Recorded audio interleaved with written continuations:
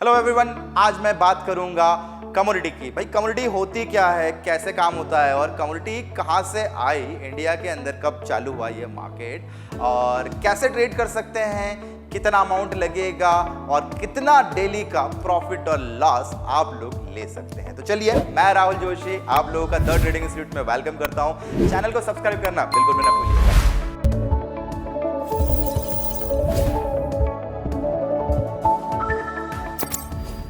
चलिए, आज हम लोग बात करेंगे भाई कमोडिटी की। अब इंडिया के अंदर कमोडिटीज, देखिए कमोडिटीज को दो पार्ट में बांट करके रखा हुआ है। अगर हम लोग अमेरिकन मार्केट की बात करते हैं तो अमेरिकन मार्केट के अंदर कमोडिटी के अंदर ही एग्री और नॉन एग्री को मिक्स्ड कर दिया गया है और वहां पर कॉमेक्स करके उन्हें नाम दे दिया गया है। COMEX that means commodity exchange, और नाइमेक्स करके एक और उन्होंने एक्सचेंज बनाया है, न्यूयॉर्क मर्केंटाइल एक्सचेंज, जहां पर इन्होंने energy related products like crude oil, Brent oil, heating oil, gasoline products, इस टाइप के सारे एनर्जी प्रोडक्ट को मिलाकर एक अलग से एक्सचेंज बना दिया जिसका नाम दे दिया गया NYMEX, नाइमेक्स, यानी New York mercantile exchange. But India के अंदर आते हैं तो इंडिया के अंदर थोड़ा सा इजी कर दिया है, क्योंकि हमारे यहाँ इतने प्रोडक्ट है नहीं कि इनको अलग अलग ट्रेड किया जाए। हमारे यहाँ बहुत ही कॉमन से कुछ प्रोडक्ट्स हैं, 30 से 40 प्रोडक्ट्स होंगे हमारे नॉन एग्रीकल्चर और एग्रीकल्चर के अंदर मिला के सारे प्रोडक्ट्स। चलिए मैं आपको वन बाय वन बताता हूँ। ये जो कमोडिटी मार्केट है इसकी शुरुआत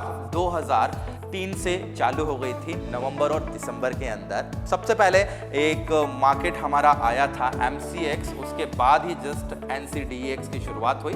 लगभग दोनों के बीच में एक महीने का डिफरेंस है। 2003 के अंदर ये बाजार के अंदर ट्रेड हो गया था। अब कमोडिटी मार्केट है क्या? कमोडिटी मार्केट एक डेरिवेटिव प्लेटफॉर्म है, ठीक है, एक डेरिवेटिव प्लेटफॉर्म है। डेरिवेटिव क्यों बने थे भाई? डेरिवेटिव बने थे केवल और केवल रिस्क मैनेजमेंट के लिए। यानी जो लोग ये सोचते हैं कि फ्यूचर एंड ऑप्शंस मार्केट एक कमाई के साधन है, तो शायद उन्हें ये वीडियो बहुत बुरा लगेगा। मुझे हो सकता है आप लोग मुझे बहुत सारी चीज़ें बोले भी, लेकिन आप देखिएगा किसी भी बुक में ये नहीं लिखा हुआ है फ्यूचर एंड ऑप्शन मार्केट से कमाया जाता है। जितने भी बड़े बड़े रिसर्च एनालिस्ट हैं उनसे आप यही सुनेंगे, फ्यूचर एंड ऑप्शन मार्केट केवल और केवल रिस्क मैनेजमेंट टूल है, टेक्निक है, जो यूज़ करते हैं आर्बिट्राजर, हैजर और कई सारे स्पेकुलेटर्स अपने लॉसेस को कवर अप करने के लिए या फिर अपने रिस्क को मैनेज करने के लिए। तो इन चीज़ों के लिए बना था कमोडिटी मार्केट, यानी जो फिजिकली किन चीज़ों में डील करते हैं उनको लॉसेस से बचाने के लिए मार्केट बना था। हालांकि अब टेक्निकली हम लोग आ गए हैं, कई सारी चीज़ों को हम लोग जो है टेक्निकली उनका ट्रेंड देखकर, उनके अंदर रिदम देखकर हम लोग उनको बाय और सेल करने की कोशिश करते हैं और हम लोग ये भूल जाते हैं कि भैया रिस्क मैनेजमेंट भी हमें करना है, क्योंकि ये ऑलरेडी एक रिस्क मैनेजमेंट टूल है जिसको हम लोगों ने अर्निंग टूल बना लिया है और उस अर्निंग टूल के ऊपर एक रिस्क कवर अप तो आपको हमेशा रखना चाहिए, ठीक है। तो MCX और NCDEX दो बड़े बड़े मेजर टूल है। अब मैं सबसे पहले बात करता हूं MCX की। अब ये MCX मल्टी कमोडिटी एक्सचेंज है, ठीक है, मल्टी कमोडिटी एक्सचेंज, ठीक है। अब ये बेसिकली जिन प्रोडक्ट में डील करता है वो प्रोडक्ट है नॉन एग्रीकल्चर, ठीक है। अब नॉन एग्रीकल्चर प्रोडक्ट के अंदर आप लोगों को सबसे पहले शायद सुनाई देगा गोल्ड, सिल्वर, आप लोगों को क्रूड ऑयल, ठीक है, उसके बाद में नेचुरल गैस, उसके बाद में बहुत सारे मेटल्स हैं जैसे एल्यूमिनियम, लेड, जिंक, निकल, कॉपर, और साथ ही साथ आप लोगों को कई और ऐसे नॉन एग्रीकल्चर प्रोडक्ट्स जो कि यहाँ पर ट्रेड होते हैं वो अब धीरे धीरे MCX इंडिया जो है ऐड ऑन करने जा रहा है। यानी भविष्य में आप लोगों को ऐसे कई सारी चीज़ें मिलेगी। शायद जैसे अभी इंडिया के अंदर प्लैटिनम ट्रेड नहीं होता है, पैलेडियम ट्रेड नहीं होता है, तो हो सकता है आने वाले फ्यूचर के अंदर वो प्रोडक्ट भी आप लोगों को ऐड ऑन होते हुए नजर आए। अभी हाल फिलहाल यहाँ पर एल्यूमिनियम, आपका जो है लेड, आपका जिंक, आपका निकल एंड कॉपर, ठीक है, इतने प्रोडक्ट आप लोगों को यहाँ पर बनाकर दे दिए हैं। और साथ ही साथ आप लोगों को जैसे स्टील हो गया, ये आपको प्रोडक्ट भी मिल जाएंगे आपको नॉन एग्रीकल्चर और एग्रीकल्चर दोनों के अंदर। तो MCX ने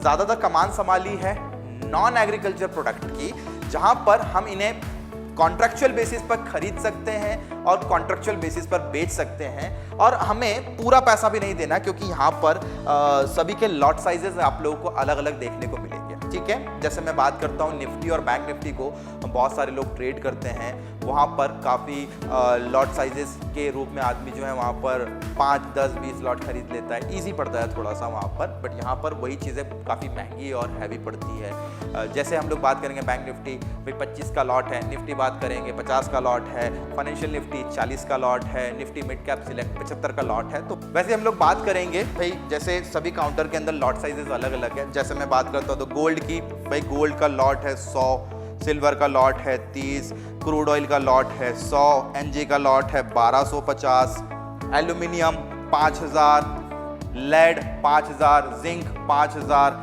निकेल 2500 किलो और निकेल 1500 किलो और कॉपर 2500 किलो। तो ये सारे लॉट साइजेस यहाँ पर आप लोगों को नॉन एग्रीकल्चर प्रोडक्ट के अंदर मिल जाएंगे। यानी प्रॉफिट और लॉस अकॉर्डिंग टू लॉट होता है। अब इनका जैसा डिस्प्ले है, फॉर एग्जांपल गोल्ड जब आप खरीदने जाते हैं तो गोल्ड का डिस्प्ले होता है 10 ग्राम्स के अंदर, तो 10 ग्राम्स की 100 यूनिट आपको लेना है। यानी गोल्ड आप लोगों को कितना रिक्रूटमेंट करना है, 1 kg गोल्ड को खरीदने के लिए अभी हाल फिलहाल 60 लाख रुपए आप लोगों को चाहिए, 60 लाख। यस, तो 60 लाख देकर फिजिकल डिलीवरी आप ले लीजिए, या फिर मैं आप लोगों को सबसे अच्छा ऑप्शन देता हूं कि MCX इंडिया के पास जाइए और बोलिए कि मुझे गोल्ड का एक फ्यूचर का कॉन्ट्रैक्ट ओन करना है मार्जिन बेसिस पर। तो आप लोगों को मात्र 6 लाख रुपए में गोल्ड 1 किलो 2 महीने के लिए मिल जाएगा। अब उस 2 महीने तक अगर गोल्ड के रेट बढ़ गए तो आपको प्रॉफिट, अगर घट गए तो आपको लॉस। तो यही चीजें हैं, मात्र 10% देकर, यानी जो ओवरऑल गोल्ड का प्राइस है, जैसे 100% गोल्ड का प्राइस है 60 lakh rupees,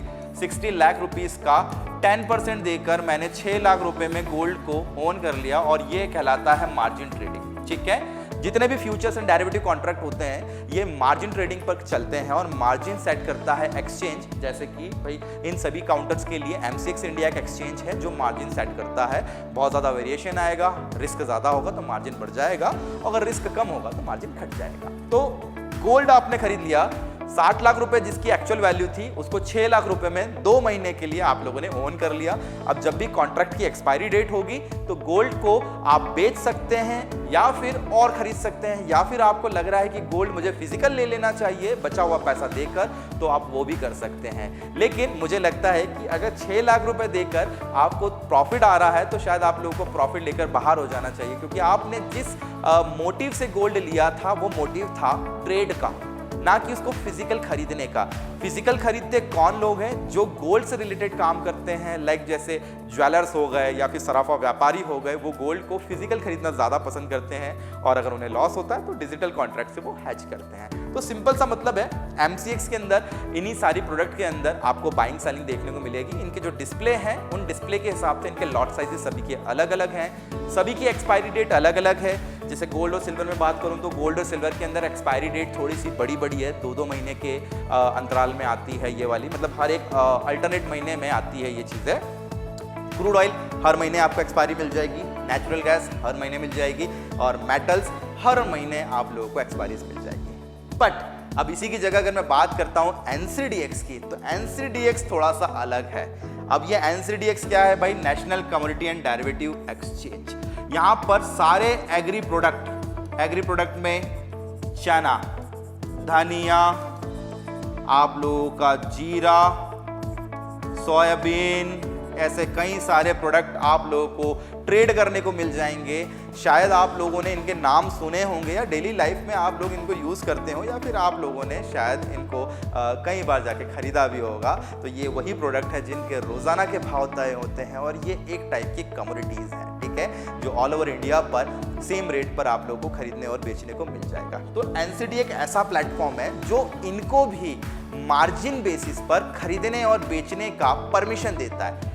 national commodity and derivative exchange, जो कि एक नॉन एग्रीकल्चर से अलग हटकर एग्रीकल्चर प्लेटफॉर्म है। Non agriculture MCX India and agriculture platform NCDX India. तो यहाँ पर भी आप लोगों को फ्यूचर एंड ऑप्शंस के अंदर ट्रेड करते हुए डेरिवेटिव कॉन्ट्रैक्ट्स मिल जाएंगे। इन कॉन्ट्रैक्ट्स को आप लोग फिजिकली या डिजिटली ट्रेड कर सकते हैं या फिर डिलीवरी ले सकते हैं। तो ये रहा कमोडिटी का सफर। कमोडिटी अभी इंडिया के अंदर दो ही मेजर पोर्शंस के अंदर डिवाइडेड है, एग्रीकल्चर एंड नॉन एग्रीकल्चर, और ये दोनों ही एक टेंजिबल प्रोडक्ट है। और जो चीज़ें दिखती हैं, जो चीज़ें कंज्यूमेबल है, जो चीज़ें प्रोड्यूस की जा सकती है, उन चीज़ों को डिलीवरी पर लिया जा सकता है। बट डिलीवरी पर लेने के लिए आप लोगों को पूरा पैसा देना पड़ेगा।